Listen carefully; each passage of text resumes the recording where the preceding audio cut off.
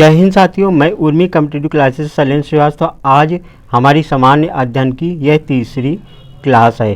सामान्य अध्ययन के अंतर्गत हम मध्यकालीन भारतीय इतिहास पढ़ रहे हैं। मध्यकालीन भारतीय इतिहास के साथ साथ भारतीय राज्य व्यवस्था तथा पुरस्कारों के प्रश्न भी, मिश्रित प्रश्न इसमें कुछ देखने को आपको मिलेंगे। आज हमारी जो ये तीसरी क्लास है, इसमें हम इल्तुतमिश से लेकर नसरुद्दीन महमूद के पहले तक के प्रश्नों को रखा हुआ है। और पहली जो हमारी क्लास मध्यकालीन भारतीय की हुई थी, उसमें हम तुर्क और अरब आक्रमण से संबंधित क्वेश्चनों को रखे थे। और दूसरी क्लास में हमने कुतुबुद्दीन ऐबक तथा मिश्रित क्वेश्चनों को रखा था। और आज जो हम रखे हुए हैं क्वेश्चनों को, उसमें इल्तुतमिश से लेकर नसरुद्दीन महमूद तक के क्वेश्चनों को रखा हुआ है। चलो, ये जो भी क्वेश्चन रखे गए हैं, यह पुलिस की एग्ज़ाम और पीसीएस एग्ज़ाम और आरओ के एग्ज़ाम को देखते हुए रखे गए हैं। इन सभी परीक्षाओं में आपको लाभ मिलेगा। चलो देखते हैं दोस्तों क्वेश्चन।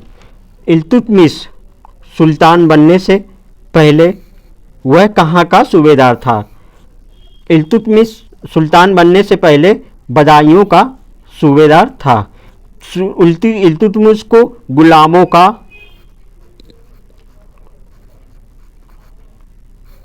का गुलाम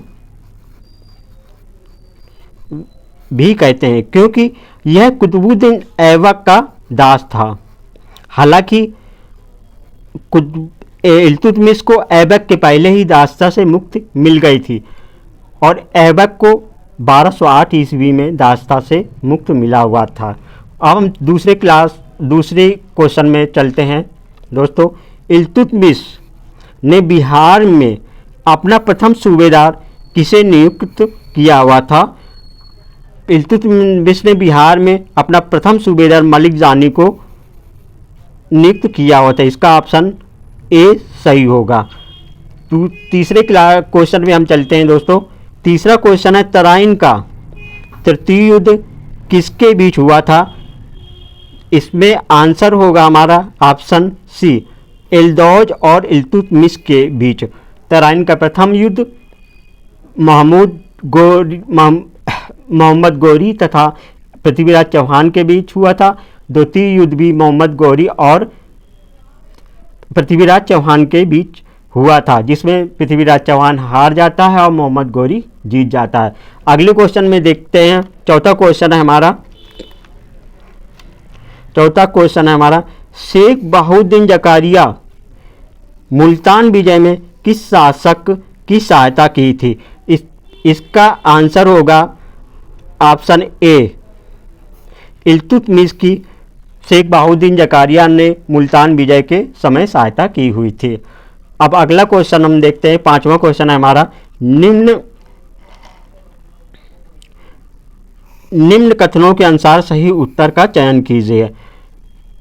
अब इसमें कथन एक है, इल्तुतमिश ने शुद्ध अरबी के नियमित सिक्के चलाए। यह हमारा कथन सही है। और दूसरा कथन है, चांदी का जीतल। इल्तुतमिश चांदी का जीतल नहीं चलाया, जबकि चांदी का टंका नामक सिक्का चलाया हुआ था। और तीसरा क्वेश्चन है, तांबे के टंके जैसे सिक्के चलवाए, तो तांबे का जीतल नामक सिक्का चलवाया था। इसमें ऑप्शन हमारा कौन सा सही होगा? केवल एक सही होगा हमारा। अर्थात हमारा विकल्प भी सही होगा। केवल एक सही है हमारा। इल्तुतमिश ने शुद्ध अरबी के नियमित सिक्के चलाए, चांदी का टंका चलवाया, तांबे का जीतल चलवाया।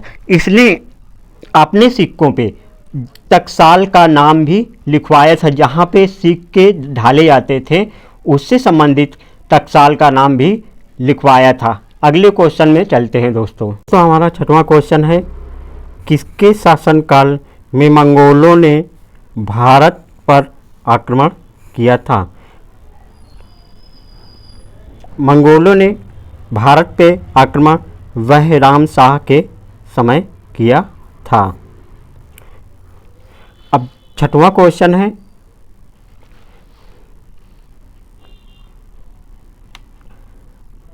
7वां क्वेश्चन है, मुइजुद्दीन बहराम शाह के समय नायब ए ममलकात का सृजन हुआ था। यह पद सर्वप्रथम किसे प्रदान किया गया था? यह पद सर्वप्रथम इख्तियारुद्दीन ऐतगिन को प्रदान किया गया था। सबसे पहले इख्तियारुद्दीन ऐतगिन जो था, रजिया के खिलाफ इसने विद्रोह किया था। इस विद्रोह के फलस्वरूप इसको यह ऐतगिन को नायब ममलकात नामक पुरस्कार के रूप में पद दिया गया था। अब 8वां क्वेश्चन है, इल्तुतमिश ने किस अभियान के बाद रजिया को अपना उत्तराधिकारी घोषित किया था? इल्तुतमिश ने किस अभियान के बाद रजिया को अपना उत्तराधिकारी घोषित किया था? तो वह ग्वालियर अभियान था, जिसके अंतर्गत इल्तुतमिश ने अपना उत्तराधिकारी घोषित करने के साथ ही सिक्कों पर इल्तुतमिश ने रजिया का नाम भी खुदवाया हुआ था। अगला क्वेश्चन है 6ठा। साथियों, हमारा 9वां क्वेश्चन है, मंगोल आक्रमणकारी चंगेज़ खान, जिसका मूल नाम तेमुचिन था, भारत की उत्तर पश्चिमी सीमा अर्थात सिंध तट पर किसके शासनकाल पे आया था? तो इल्तुतमिश के शासनकाल पे यह आया हुआ था। इसका ऑप्शन सी होगा। जब 1221 ईस्वी में ख्वारिज़्म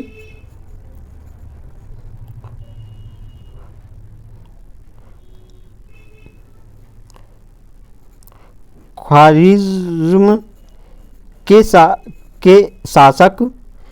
शासक जलालुद्दीन मकबन्नी का पीछा करते हुए चंगेज़ खां भारत की सीमा उत्तर पश्चिमी सीमा तक आया था।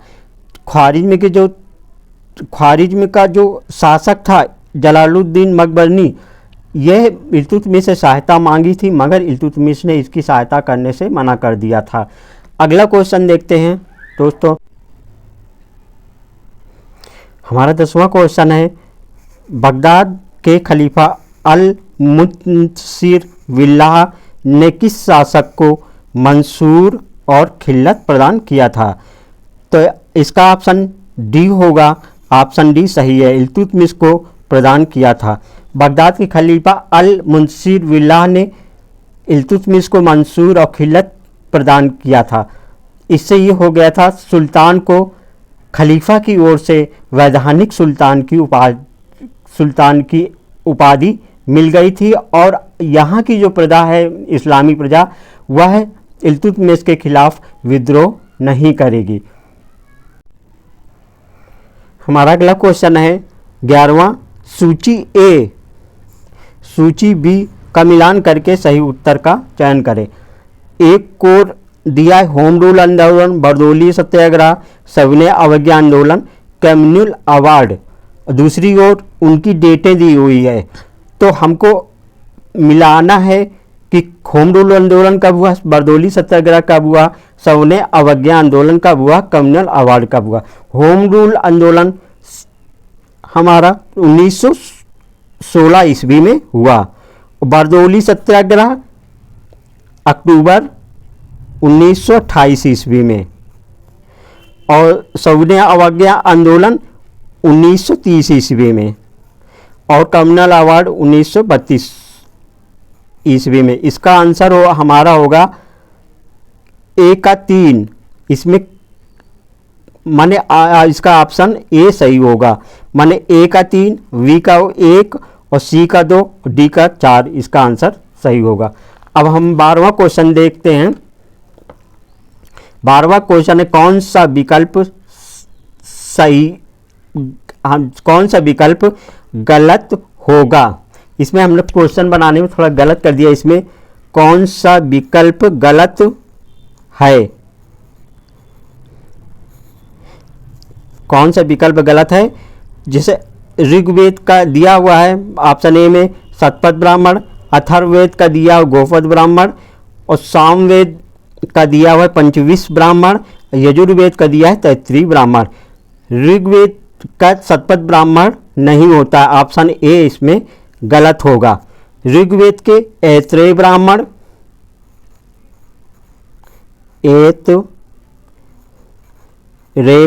ऐत्रेय तथा कौशिकी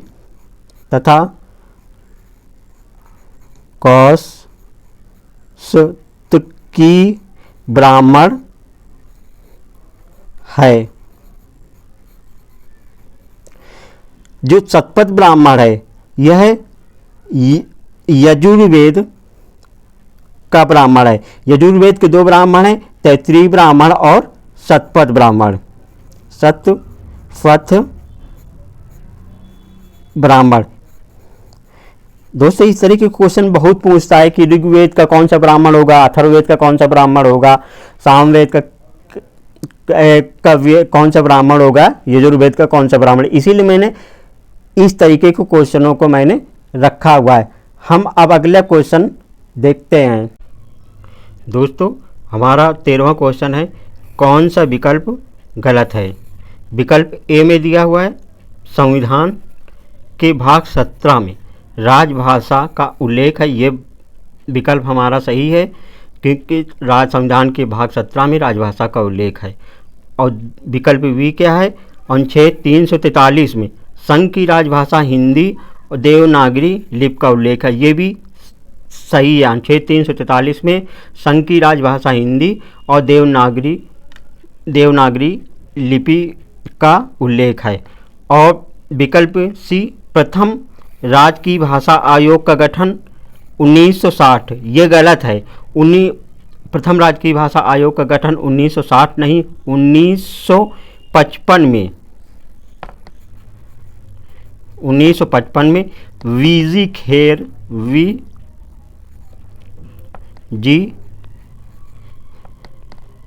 खेर की अध्यक्षता में हुआ था। और राजकीय भाषा आयोग के गठन के विषय में अनुच्छेद 344 में उल्लेख है। और विकल्प डी क्या है, मूल संविधान में 14 भाषाओं का उल्लेख है। ये विकल्प हमारा, ये भी सही है। हमारा कौन सा विकल्प गलत था, तो सी विकल्प गलत था। और मूल संविधान में 14 भाषाओं का उल्लेख है, यह भी सही है। 21वां संविधान संशोधन द्वारा सिंधी भाषा को जोड़ा गया। 71वां संविधान संशोधन द्वारा 3 भाषाओं को जोड़ा गया।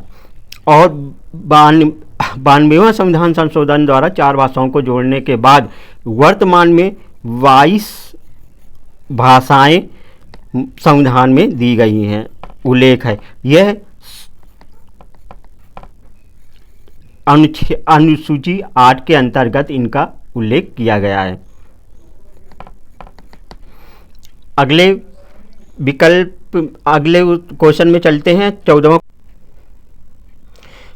14वां क्वेश्चन है हमारा, भारतीय संविधान के किस अनुच्छेद में राज्य की राजभाषा या भाषाएं अपनाने की प्रक्रिया का वर्णन है। इसका विकल्प भी सही होगा। हमारा अनुच्छेद 345 में दिया हुआ है कि राज्य की राजभाषाएं अपनाने की प्रक्रिया के विषय में दिया है। अनुच्छेद 346 में 2 राज्यों के बीच पत्रादि से संबंधित भाषा को अपनाने के विषय में दिया हुआ। जैसे 2 राज्य हैं, उत्तर प्रदेश बिहार, तो इसमें हिंदी भाषा का उपयोग पत्र व्यवहार में किया जा सकता। मगर जब उत्तर प्रदेश तमिलनाडु के बीच में इस तरीके का पत्र आदि का प्रयोग किया जाएगा तो उसमें इंग्लिश भाषा का प्रयोग किया जाएगा, क्योंकि यहाँ पे तेलुगु भाषा का प्रयोग उत्तर प्रदेश में नहीं होता, इसलिए अंग्रेजी भाषा को वरीयता दी जाएगी। अगले क्वेश्चन में हम चलते हैं। हमारा 15वां क्वेश्चन है, निम्न जीवों में से कौन बारूदी सुरंगों का पता लगाने में उपयोगी है। तो इसमें हमारा मधुमक्खी जो है बारूदी सुरंगों को पता लगाने में उपयोगी होती, इसी का उपयोग हम किया जाता है। अगला क्वेश्चन है हमारा 16वां क्वेश्चन है, जुगाली करने वाले पशुओं से जिस ग्रीन हाउस गैस का निस्तारण होता है वह कौन से है। तो वह मार्स गैस। मार्स गैस का मतलब है methane gas. Methane gas CH4। Methane gas हमारे जो धान के खेत होते हैं उनसे भी निकलती है, और जो सड़े गला जैसे कहीं पे पानी भरा हुआ तो वहाँ भी मीथेन गैस हमारी निकलती है। अगला क्वेश्चन हम देखते हैं, 17वां क्वेश्चन है। 17वां क्वेश्चन क्या कह रहा है? वन्य जीव सप्ताह भारत में कब मनाया जाता है? वन्य जीव सप्ताह 2 से 8 अक्टूबर के बीच मनाया जाता है। इसका विकल्प सी सही होगा। इस तरीके को क्वेश्चन छोटे एग्जामों में वनडे वालों में अधिकतर पूछ लिया जाता है, इसलिए मैंने एक क्वेश्चन इसका रखा है। अब हर टेस्ट में एक क्वेश्चन डेट से संबंधित रखे जाएंगे। अब अगला क्वेश्चन हमारा है, ज्वालामुखी से सबसे अधिक कौन सी गैस निकलती है? ज्वालामुखी से कौन सबसे अधिक गैस निकलती है? जल वाष्प जो है सबसे अधिक निकलती है। इसका विकल्प ए सही है, 18 का विकल्प ए सही है। अब 19वां क्वेश्चन है, हॉर्न ऑफ अफ्रीका माने अफ्रीका का सींग में कौन सा देश शामिल नहीं है? तो इसमें सूडान शामिल नहीं है। इस तरीके ये क्वेश्चन बहुत पूछता है, इसको थोड़ा सा अपने उसमें ध्यान रखना अपने दिमाग में, क्योंकि ये क्वेश्चन अधिकतर वनडे या कहीं भी पूछ लेता है, अधिकतर ये पूछता है। ये फेवरेट आयोगों का क्वेश्चन है। चलिए अगला क्वेश्चन 20वां हम देखते हैं। 20वां है, साहित्य में 2023 के नोबेल पुरस्कार विजेता जॉन ओलोफ फांसे कहाँ के निवासी थे? तो ये नॉर्वे के निवासी थे। इसका 20 का विकल्प ए सही होगा। साथियों, आज की क्लास में 20 प्रश्न लेकर आया था, लेकिन अगली जो क्लास होगी उसमें 25 क्वेश्चन के लगभग रखे जाएंगे। यह क्लास मेरी कैसी लगी कमेंट में ज़रूर बताएं। दोस्तों, अब जो भी क्लास होगी उसमें मध्यकालीन भारतीय इतिहास में बलवन वाले पोर्शन को लिया जाएगा। बलवन गुलाम वंश का जितना भी पोर्शन होगा उसमें मिक्स क्वेश्चन भी डाले जाएंगे, और मिक्स को मध्यकालीन भारतीय इतिहास के मिक्स क्वेश्चनों के साथ साथ राज व्यवस्था, जैसे भाग 17 खत्म हो गया, अब भाग 18 उठाया जाएगा। उसमें क्वेश्चन जो बन सकते हैं नए नए तो उसको लिया जाएगा।